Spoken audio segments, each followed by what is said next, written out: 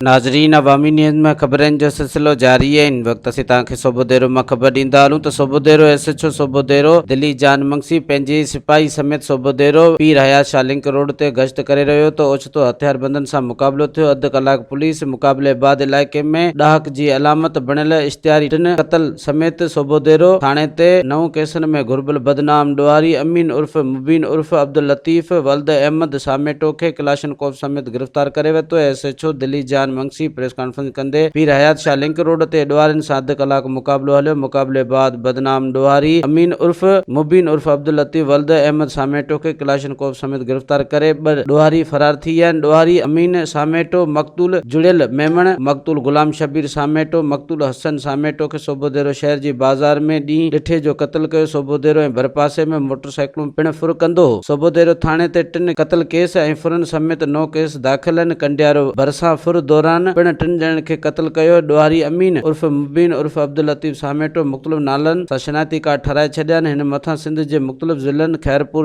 लाड़काणो नवाबशाह जेकमाबाद समेत ज़िलनि ऐं थाणनि ते केस दाख़िल आहे। मज़ीद खबरों और तफसीलात के लिए विजिट करें हमारी वेबसाइट www.awamiNewsHD.com।